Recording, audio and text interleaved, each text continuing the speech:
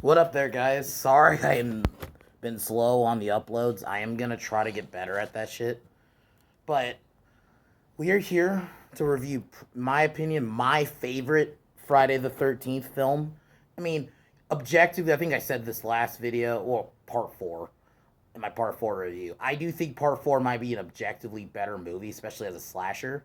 But to me, this is my go to. This is the Friday the 13th film I find myself watching the most. We are reviewing Friday the 13th, Part 6, Jason Lives, which came out in 1986. So this came out like a year after Part 5. And because of how bad Part 5 did financially, like I said in my last review, I think it's an okay 80s slasher. It's not a great Jason movie, but it's an okay 80s slasher. And but, well, it still didn't do well financially. So what ended up happening was the studio was like, all right, we're going to have to bring Jason back. So, yeah, one of the plot holes is, well, didn't in the last film they say that Jason was cremated? Well, there was a book basically written. I don't know if it was right before it came out, like right before the film, but it basically in that book it explains that Jason's dad Elias took his remains before it could get cremated. So they filled that little plot hole. But I don't remember when I first watched this. I gotta say it was either maybe 2011, 2012 that I can remember watching it the first time. But yeah, I fell in love with it. And unpopular opinion, because there are some Friday the 13th fanatics who despise Zombie Jason. They thought the franchise went too out there. But to me, I look at this franchise kind of like how I look at Godzilla. This franchise was always a B movie. Because let's be real, the original's pretty much a B movie. Like, yeah, the reveal of, Pamela Voorhees is good, but it is very B movie ish. Like the acting. This franchise was built on that. And another thing with this one, I think this one has really good acting in it. Not just from Tommy. I actually think some of the characters, like there are some that are very stereotypical '80s, but I think there are some characters that actually work. But I love Zombie Jason. I actually like that because he to me is like different from Michael, and to me it just makes Jason like a freak of nature. So this film starts all. We also have a different actor playing Tommy. He's being played by, I think his name's Tom Matthews. So yeah, it's a different actor, not the actor from Part Five. So after the events of Friday Part Five, I don't remember how long after Part Five this is, but like timeline wise, Crystal Lake is now Forest Green. They renamed it. Tommy Jarvis, who's having hallucinations. So there's a one kind of carryover from Part Five, because everything else, I guess they kind of mention that he was in a halfway house, but they don't go into any other thing from Part Five. Like they don't mention Roy, none of that.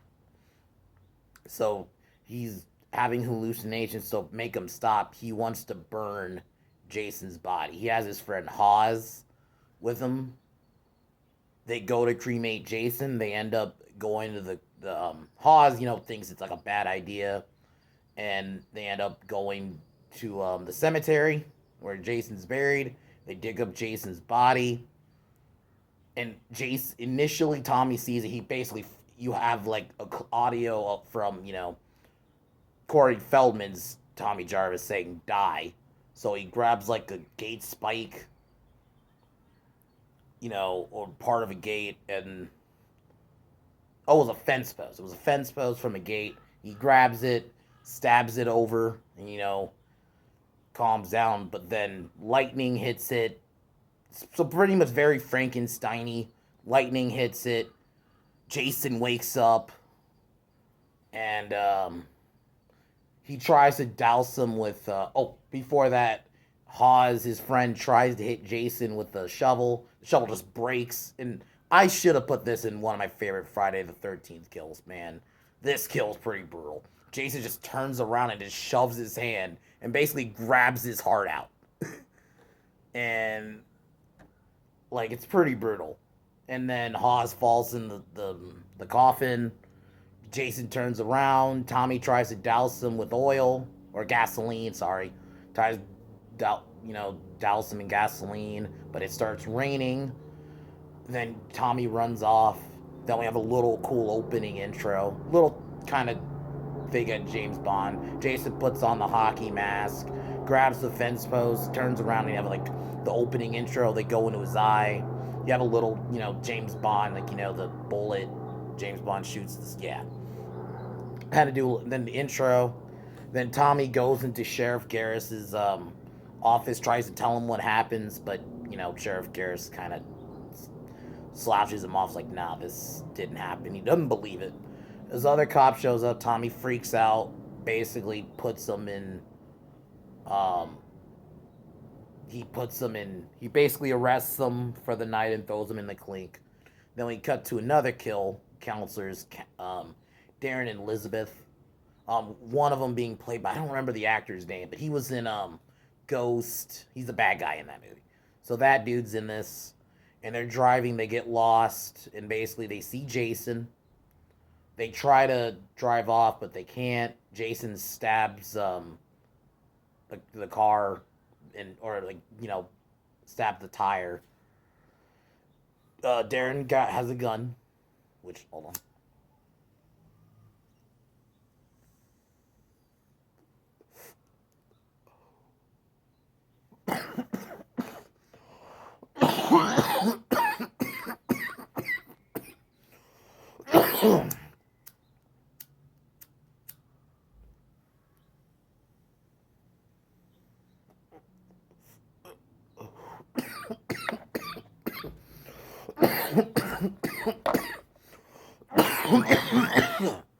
Sorry about that. Darren gets out a gun, tries to scare Jason. He gets closer. Jason impales him with the post, throws him, then attacks Elizabeth and stabs her in the face. Um, you had a little funny gag before, like, he was trying to give him money. Jason disappears and he ends up jumping on top of her and impaling her in the face. It's pretty brutal. I'm not gonna lie, there's some good kills in this film. So the next morning, we meet Garris's daughter, Megan. She's actually a pretty good character in this. Like, it was kind of...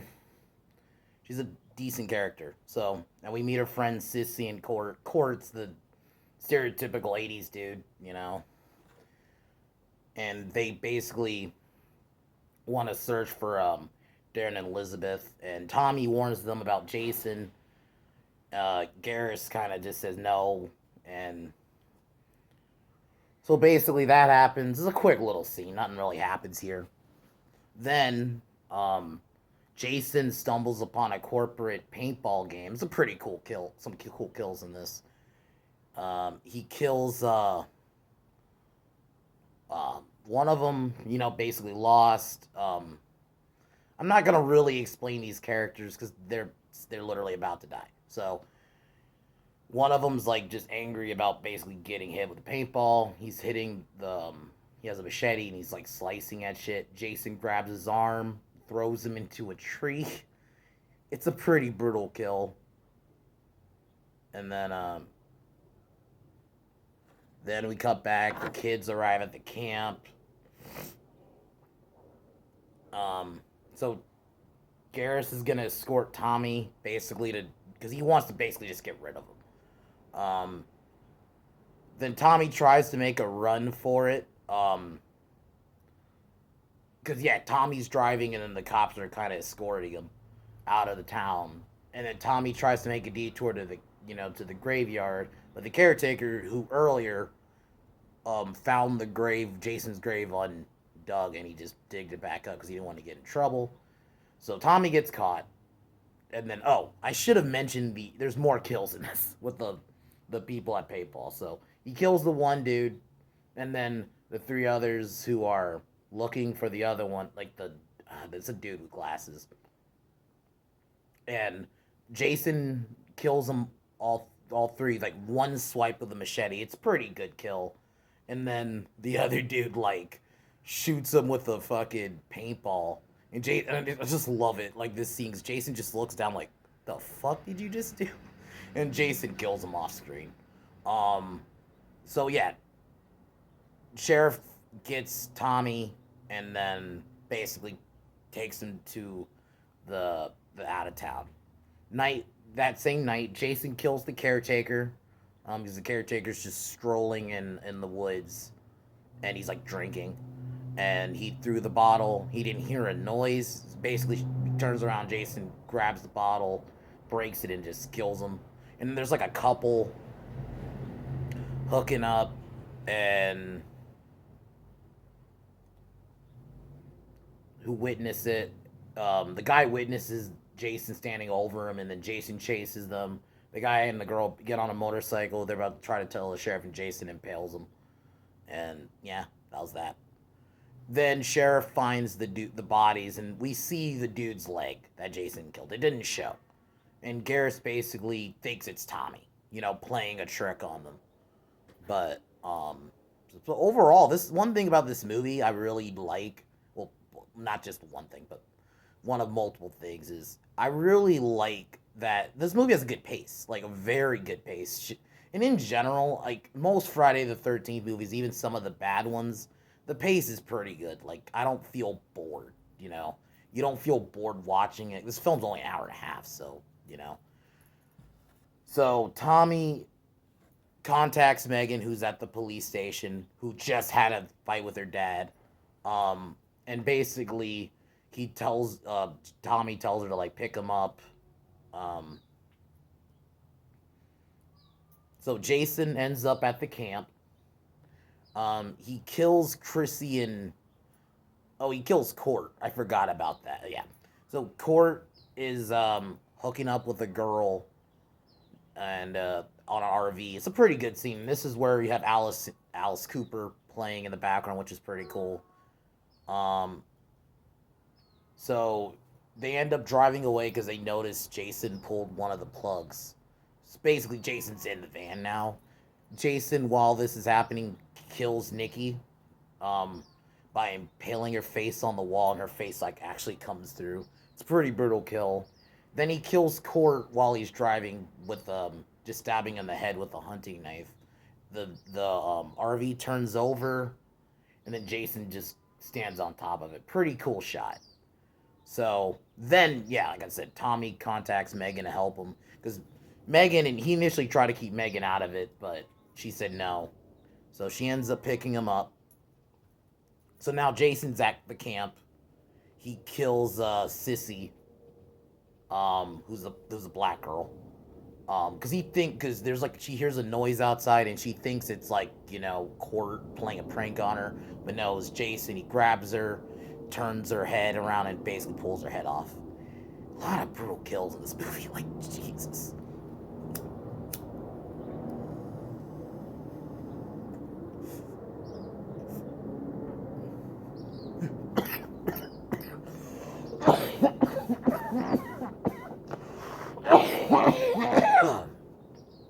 He kills Paula, who just returned because there's a quick little scene while this is happening where Jason is actually at the camp and he finds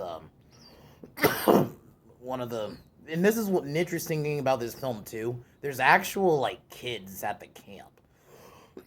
That the one thing if I had one little criticism, it's not really a big criticism. Like it would have been cool if they did more with the kids. I think they did. They at least did some stuff with the kids. I would have maybe liked if they did a little bit more. Maybe Jason. Jason isn't like Michael. He probably maybe just doesn't kill kids. So yeah, he scares this one little girl. So Paula calms her down. Paula goes back to her cabin. Jason kills her off screen. You just see her like throw him outside a window, and he just grabs her back in. But Megan and Tommy meet up. Megan basically says no one else is gonna drive because Tommy was trying to say no, this is too dangerous, and yeah, because he has some book. He found some books on basically how to bury Jason, or like the occult or whatever. But they end up getting pulled over by Garrus. Then they're back at the office, and Garrus is basically yelling at his daughter, and he tells her about the murders, and Garrus gets a call, and this basically where they discover Court and the girl's body, and then she tries to tell him like, no, Tommy was with me the whole time. He still has Tommy arrested. This is the one other I should have said. This is another element I didn't like. I don't like Sheriff Garrus. It's annoying. I get being skeptical, but you just saw a dude's leg. Unless Tommy has like a saw or something, no human could do that. It's like at the moment where she's saying no, he was with me the whole time. That's when it should have been okay. I believe you now.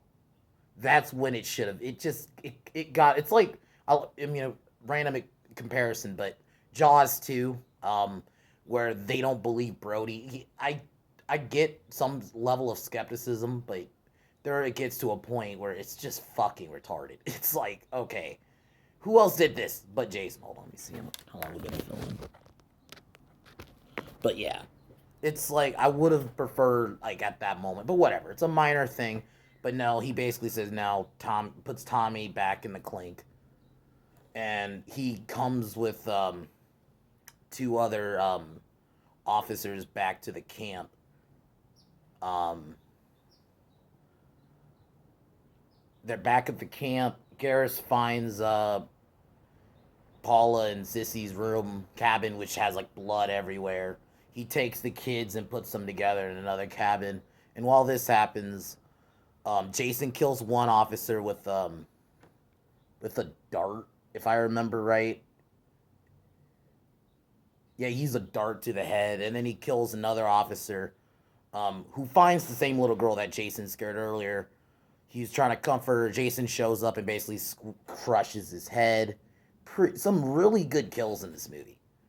Um, Back at the office, um, basically Tommy and Megan did a ruse to basically get out, and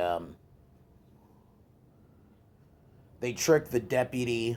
I think if I remember right, I definitely remember right. They start a fake argument. He kisses her. The deputy sees, and she pulls out his gun. Which the scene earlier is like wherever the red light goes, bang. You know, he has like a because he has a it's a revolver with a sight on it, and so they lock him in the clink, and then they get out. So Jason then Megan, and Tommy get back, and Tommy's going to a boat. He tells her to look for the kids. She finds the body. She finds the kids and comforts them. And then Jason hears Megan is walking towards her, and Garrus basically attacks Jason. Oh, I should have mentioned first. Garrus does finally see Jason when he finds his officer's body, and he just shoots him and everything. And Jason gets up, and then so Garrus runs off. So Garrus screams Megan is trying to stop Jason. He's like hitting Jason with a rock, and my God, probably my favorite kill of this film. Jason grabs him and like breaks his back and folds him in half. It's pretty brutal. And then Jason breaks into the cabin, um, tries to get Megan. He has her in his hands, and Tommy calls him from the lake, and Jason goes in the water. You have a little kind of like a Jaws homage, like Jason's head kind of going in the water, very much like the dorsal fin. Um, Jason and Tommy fight, and he's trying to tie a boulder around him. Because basically, the plan is he wants to bury Jason in the water, like in Anchor, in a sense. Jason fights back, and Jason basically flips over the boat, and Megan tries to come save Tommy, and Jason tries to grab her leg, and then she turns the boat's motor on, and the motors hit Jason's face, and then Jason's buried underwater to a boulder, and then that's basically the end of the film. They kiss, and then you see a shot of Jason buried, but you could see he's alive, and then that basically leaves it open because you know there's gonna be another one, and that was Jason Lives. I would love this film. This film is awesome. You have little like fourth wall jokes in there, so you almost in a way this kind of is a blueprint for Scream. So is obviously I still, Wes Craven's New Nightmare, which I will after part seven. I'm gonna announce this really quick. After part seven, I am gonna be starting my Nightmare on Elm Street franchise review. I will try to get that done on Wednesday, and so that means probably part seven. I will I'll push myself to do it tomorrow. But um, coming back to this film, I love the little fourth wall breaking in this. I actually dig the characters besides obviously Sheriff Garrus. But he tried to save his daughter in the end, but his kill's pretty fucking brutal. The kills are great. I dig Jason's look in it, kind of like that weird. He has like a little pouch of weapons. It's kind of cool.